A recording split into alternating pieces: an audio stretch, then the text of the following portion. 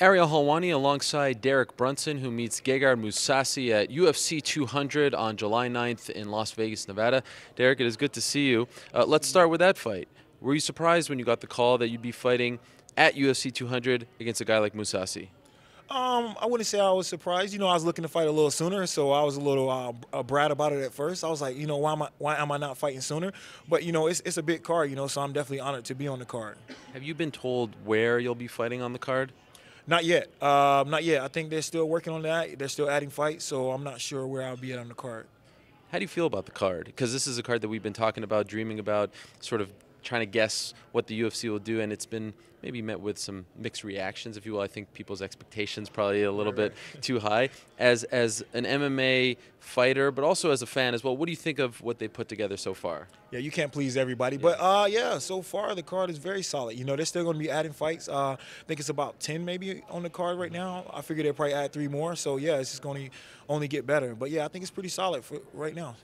Mousasi coming off a dominant win over Taos Ladies, but one we were there and he was booed because I think the fans didn't think it was the most exciting fight, or they were expecting something else. Who knows? What did you make of his performance? I think he fought how he fights. He fought smart. I think the last fight he wasn't pleased with because he kind of didn't think he fought smart, which I thought he fought smart in that. He just got caught. So I think he fights like that every time. He just goes out there and take his time. He's not really overzealous. So just a patient guy. He's been around the game a long time. Is this someone that you've looked at and said, all right, I'd like to fight him before it's all said and done? I watched his career, because we was in Strikeforce together, but he was always at 205. But I always liked this game. I thought he was very solid, Yeah, been watching a lot of his game. You've won 4 in a row, but perhaps most important, I think, is that you finished your last 3 opponents and in very impressive fashion, and that gets you, a lot of attention and gives you a lot of momentum as well. How far away do you think you are from being in that sort of contender talk? I think I'll go ahead and handle this one with Mousasi, and then I think I'm right there. Oh, really? I feel one more would definitely give me a title shot. One more after Mousasi? Yeah, I mean, let's say I go knock him out in 40 seconds, I might get a title shot off that. 5 in a row. Yeah, sounds pretty good. Have you been told that? I haven't been told anything. I'm just making stuff up as I go. That's good. Yeah. You put it out there in the world, and then it comes back. Exactly, because here's the thing. It's not like guys in the division haven't lost to anybody else. It's not like people who get title shots are undefeated. Right. So I mean, I only lost once in the UFC. I've won 4 in a row.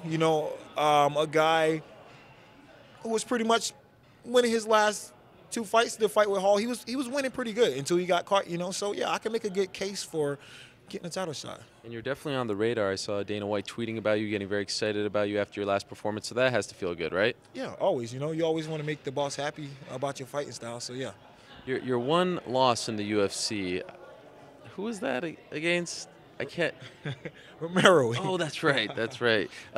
He's been at your camp lately, hasn't? He has. And I've seen some tweets from you. You don't seem to be very happy about this. You know what? I'm not gonna be a sour guy. At the end of the day, it doesn't really matter. That it doesn't really hold any weight on me. That was a decision that Jon made to help him for his training camp.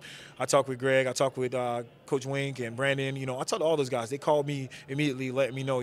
He wasn't part of the team. He was just there helping Jon. So yeah, it is what it is. And Romero obviously has a history with you, but also Tim Kennedy, who's also a member of the team. Yeah. And so I'm wondering, did Jon ask you guys if you were okay with this? Did he ask the coaches?